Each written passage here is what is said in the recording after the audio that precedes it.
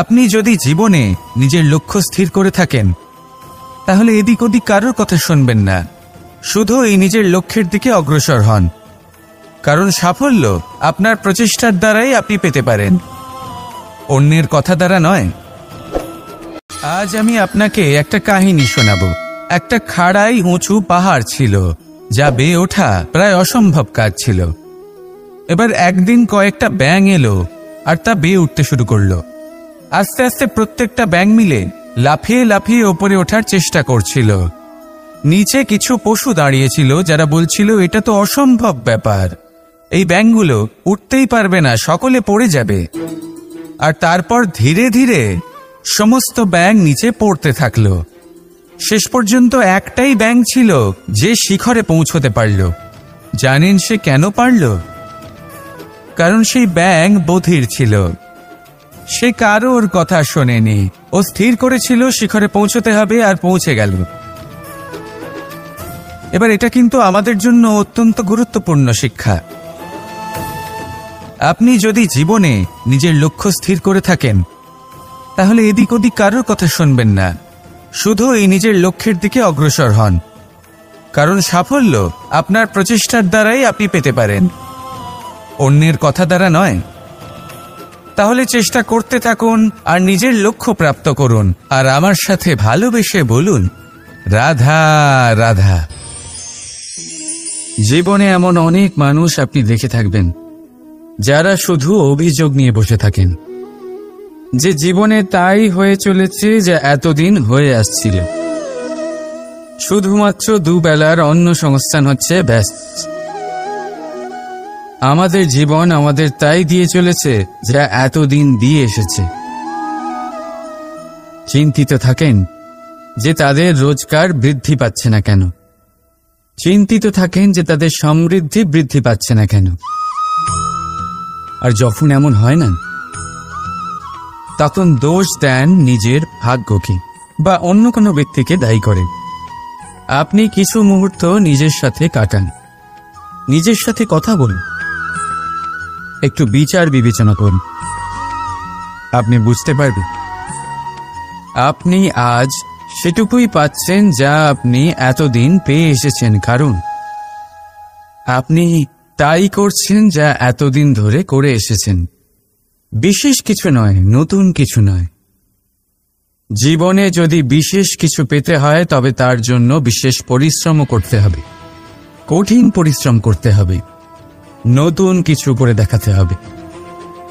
যদি কোনো গরুর থেকে আপনি পুষ্টিকর দুধের আশা রাখেন তাহলে তার আহারও পুষ্টিকর হওয়া উচিত।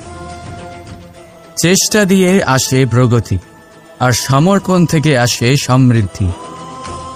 চেষ্টা আর সমর্পণ বাড়িয়ে তুলুন, তাহলে দেখবেন আপনি জীবন থেকে যা চাইবেন তা আপনি অবশ্যই পাবেন। তাই ভালোবেসে বলুন, রাধা রাধা। বিরোধিতা এমন এক শব্দ যা শুনে আমরা সবাই ভয় পেতে থাকি। যদি কেউ আমাদের বিরোধিতা করে তা আমাদের সহ্য হয় না। আমরাও কারোর বিরোধিতা করে কোনো শত্রুতা করতে চাই না। এই ধরনের ভাবনা আমাদের মনে আসতেই থাকে। কিন্তু বিরোধিতা এই শব্দ আপনার শান্তির জন্য, আপনার সুখের জন্য কতটা গুরুত্বপূর্ণ তা আপনারা জানেন না। তাই যদি কাল এসে কেউ আপনার বিরোধিতা করে তখন সবার আগে নিজেকে যাচাই করুন। আপনি কি ভুল করেছেন? আপনার দোষ কি? নিজের মধ্যে কি ত্রুটি আছে সেটা বোঝার চেষ্টা করুন, নিজেকে সংশোধন করার চেষ্টা করুন। তারপর দেখুন বিরোধিতার এই আগুন আপনাকে স্বর্ণ থেকে কুন্দন বানিয়ে তুলবে। বলা হয় এই সংসারে খারাপ বেড়েই চলেছে, কিন্তু তার কারণ এ নয় যে খারাপ মানুষ বেড়ে চলেছে। তার কারণ হলো যে ভালো মানুষ, যাদের ভালো চিন্তা, ভালো বিচারধারা আছে, তারা খারাপের বিরোধিতা করতে পারেন। যদি আপনার সম্মুখে কোনো খারাপ কর্ম হয় তাহলে তার বিরোধিতা করতে সংকোচ করবেন না।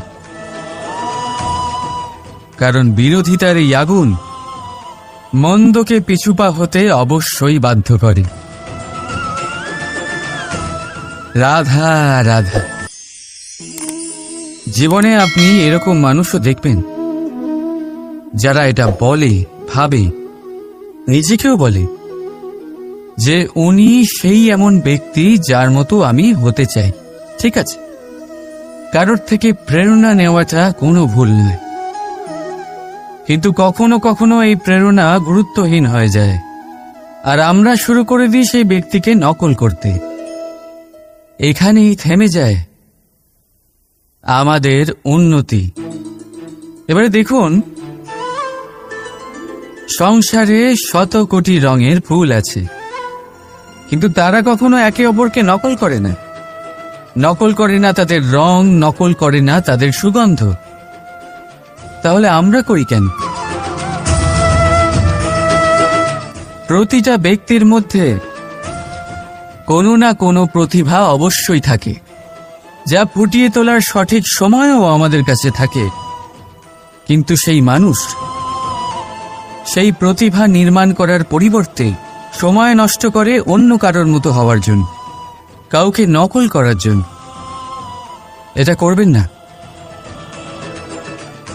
সময়কে ব্যবহার করুন নিজের অস্তিত্ব নির্মাণ করার জন্য,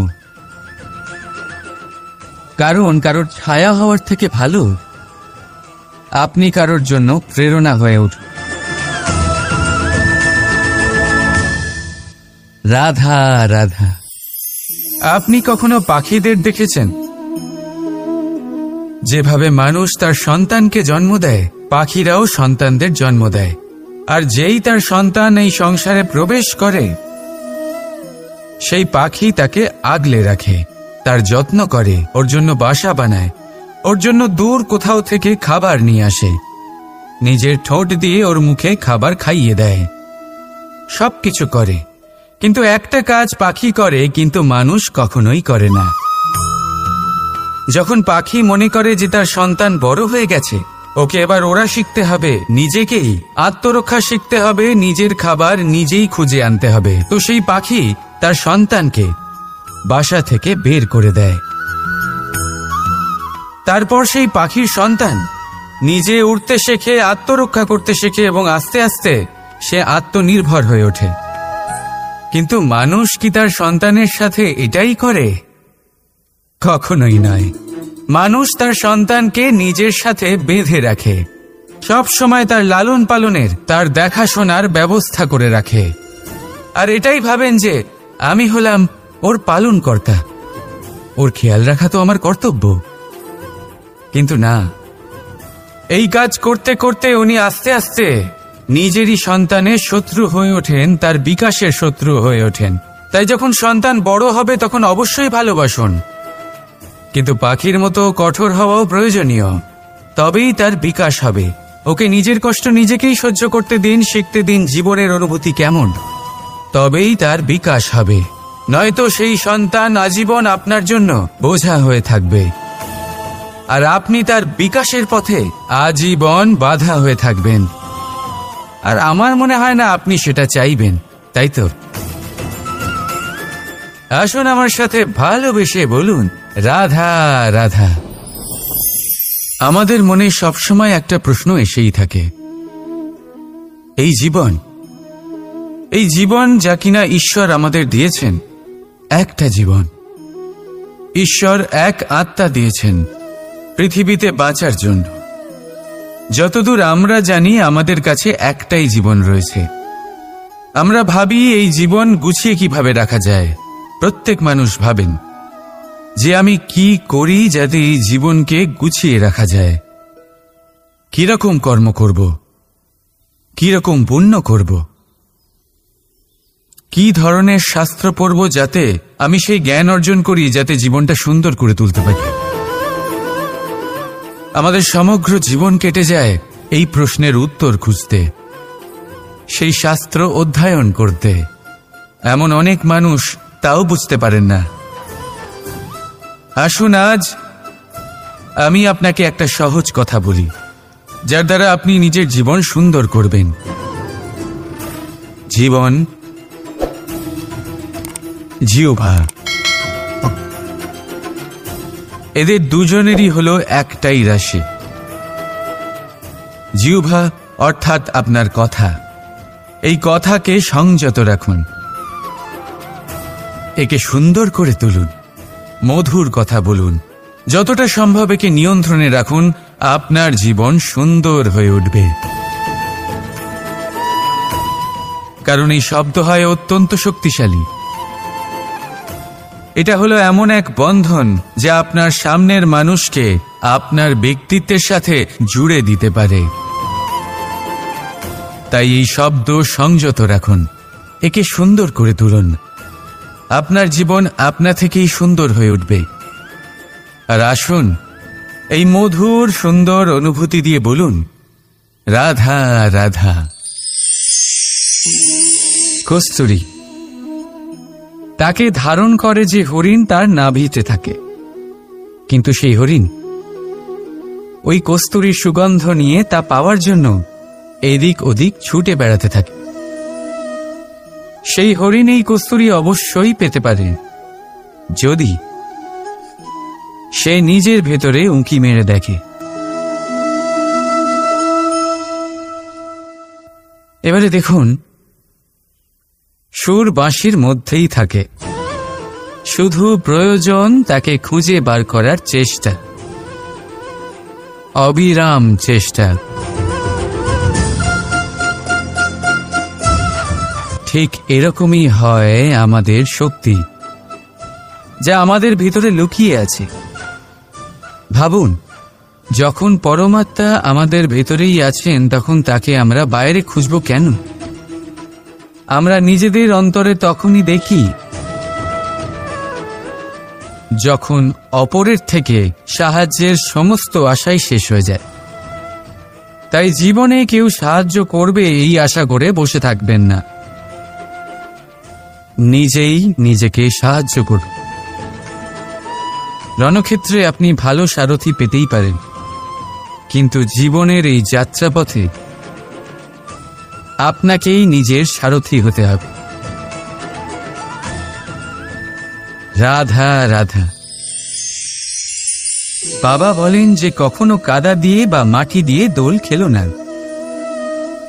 ঠিকই বলেন, কিন্তু তাও আমি রাধার মুখে কাদা মাখিয়ে দিলাম।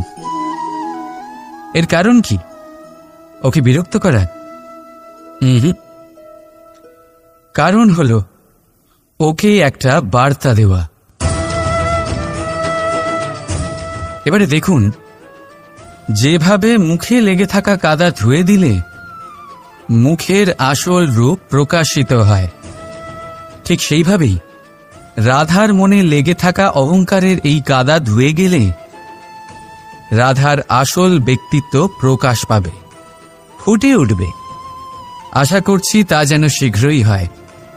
কিন্তু ততক্ষণ আপনিও মনে মনে একটা প্রতিজ্ঞা করুন, জেদ করুন যে এই বছর এই দোলে নিজের মনে লেগে থাকা সমস্ত কাদা ধুয়ে ফেলবেন আর আনন্দের সাথে খেলবেন এই প্রেমের দোল।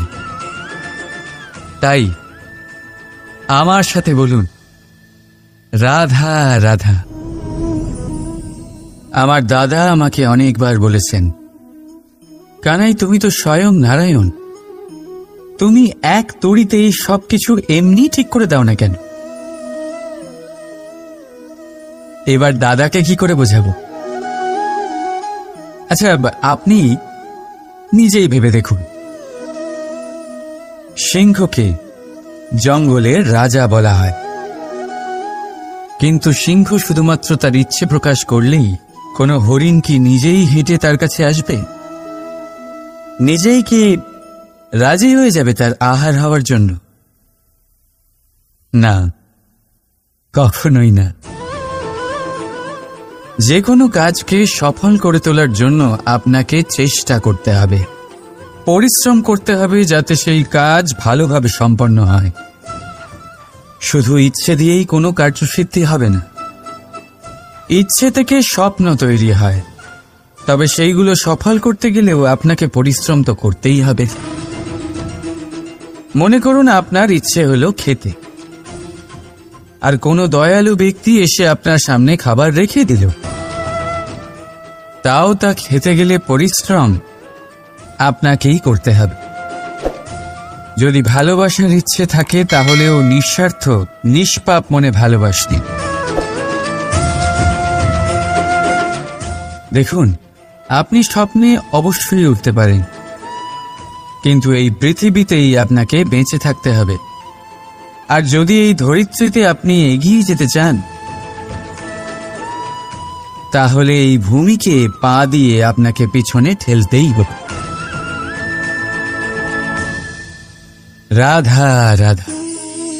জীবনে আমাদের অনেকের সাথে দেখা হয়, অনেকের সাথে বাক্যালাপ হয়। বহু মানুষকে প্রসন্ন বলে মনে হয়, আবার বহু মানুষকে চিন্তিত বলে মনে হয়। কিন্তু আপনি যদি এটা বোঝার চেষ্টা করেন যে কে বেশি প্রসন্ন থাকে আবার কে বেশি চিন্তিত থাকে, তাহলে আপনি এটা লক্ষ্য করবেন যে বৃদ্ধ আর যুবক বেশিরভাগ সময় চিন্তিত থাকেন, অন্যদিকে বালক সর্বদাই প্রসন্ন থাকে, চিন্তার কোনো রেশই থাকে না। এর কারণ কি? এবারে আপনি বলবেন, এত সহজ বিষয়, বালকদের মধ্যে এত বোধই কোথায় যে তারা জীবনের সমস্যা বুঝতে পারবে, কষ্ট বুঝতে পারবে, দায়িত্ব বুঝতে পারবে। বিষয়টা আসলে তা নয়। বৃদ্ধের বিষয়ে যদি আমরা কথা বলি, তবে বৃদ্ধ নিজের বিগত সময় নিয়ে ভাবতে ভাবতে মনে মনেই দুঃখী হয়ে যায়। যুবক নিজের ভবিষ্যতের বিষয়ে ভেবে ভেবে চিন্তা করতে থাকে আজ। কিন্তু বালক শুধুমাত্র বর্তমানে বেঁচে থাকে, আর সেই জন্যই প্রসন্ন থাকে।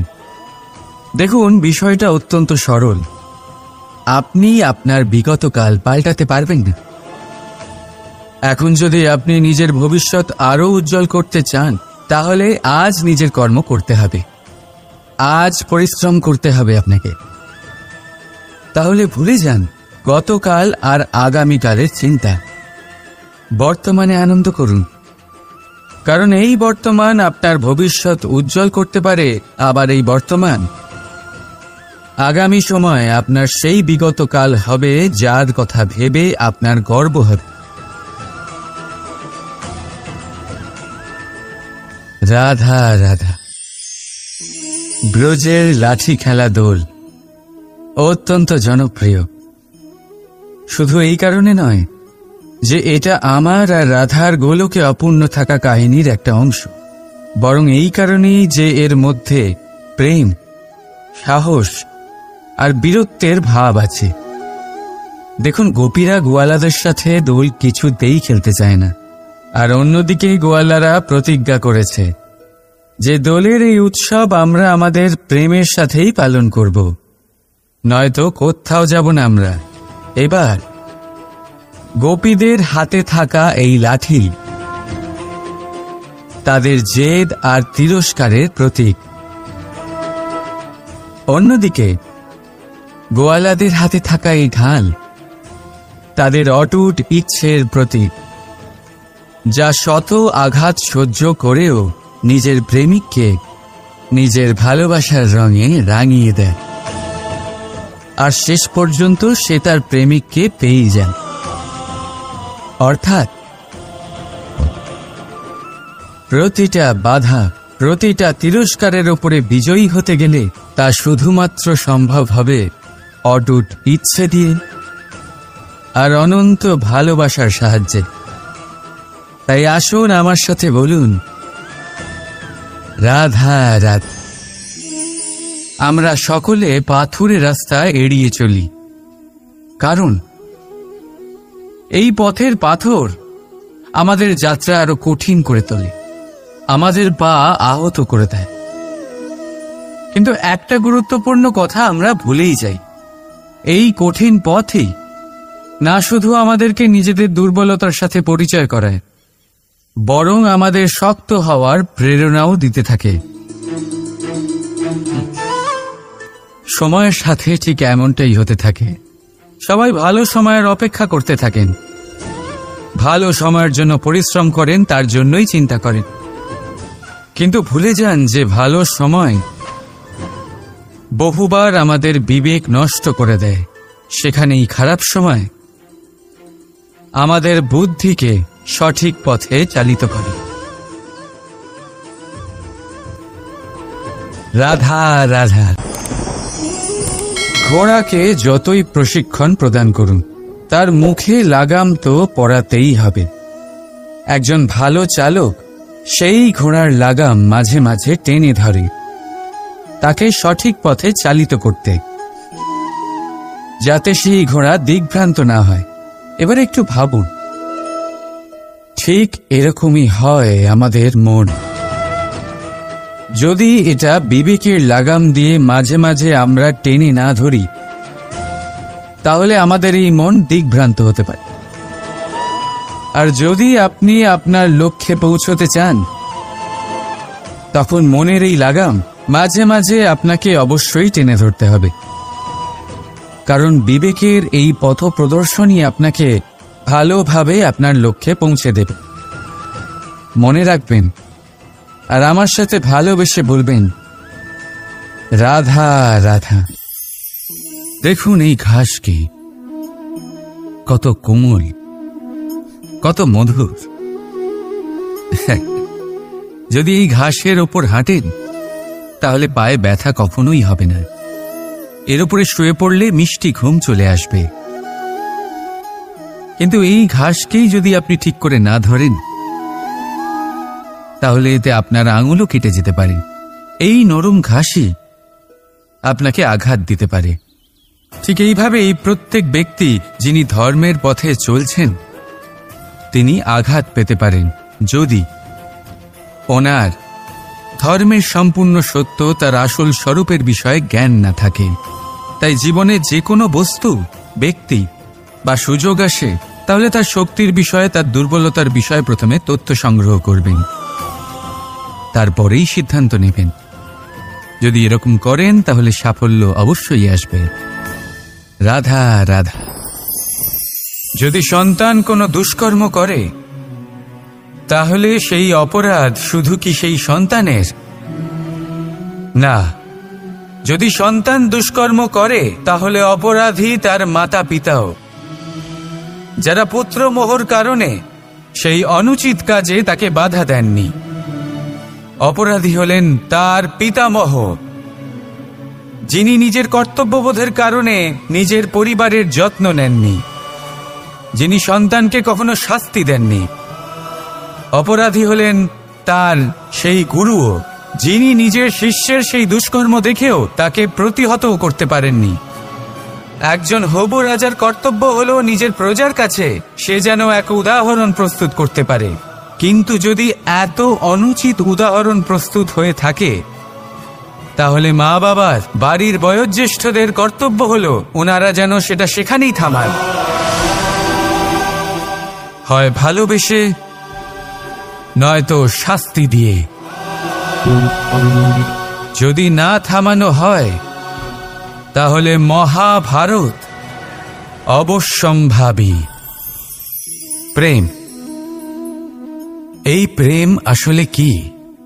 বেশিরভাগ মানুষই বুঝতে পারেন না, কিন্তু এটাতে তাদের কোনো দোষ নেই, কারণ তাদের কাছে প্রয়োজনীয় জ্ঞানই নেই। এবার প্রেমের বিষয়ে আজ আমি একটা ছোট্ট কথা বলতে চাই। আপনি দেখবেন কিছু মানুষ যখন কাউকে ভালোবাসেন, তখন তাদের মনে হয় সেই ব্যক্তির ওপর ওনার অধিকার রয়েছে। এবার সেই অধিকারের বোধে ফেঁসে গিয়ে নিজেই ক্রুদ্ধ হয়ে বসেন যে ও আমার কথা মনে করল না, ওর স্মৃতিতে আমার কোনো স্থান নেই, ও আমার সাথে কথাই বলতে ভুলে গেছে, ইত্যাদি ইত্যাদি অনেক কারণ হতে পারে। আমি আপনাকে একটা প্রশ্ন করি, এই যে স্মৃতিগুলি, এটাই কি ভালোবাসা? কখনোই নয়। প্রেম তো হলো সেই আবেগ, সেই বোধ যা এক সুগন্ধিত ফুলের মতো আপনার জীবনকে, আপনার মনকে আনন্দিত করবে, প্রসন্নতার দ্বারা ভরিয়ে তুলবে। প্রেম হলো সেই বোধ। তাই যদি আপনি প্রেমকে বুঝতে চান, তাহলে প্রেমের ভাবনাকে বোঝার চেষ্টা করুন। প্রেমকে যদি যাপন করতে চান, তাহলে আবেগের দ্বারা যাপন করুন, স্মৃতির দ্বারা নয়। স্মৃতির কি আছে? আজ আছে, পরবর্তীকালে নাও থাকতে পারে। সময়ের সাথে এই স্মৃতি ফিকে হয়ে যেতে পারে, কিন্তু এই আবেগ তা চিরকাল মনের মাঝে থেকে যায়। তাই আসুন আর আমার সাথে ভালোবেসে বলুন, রাধা রাধা।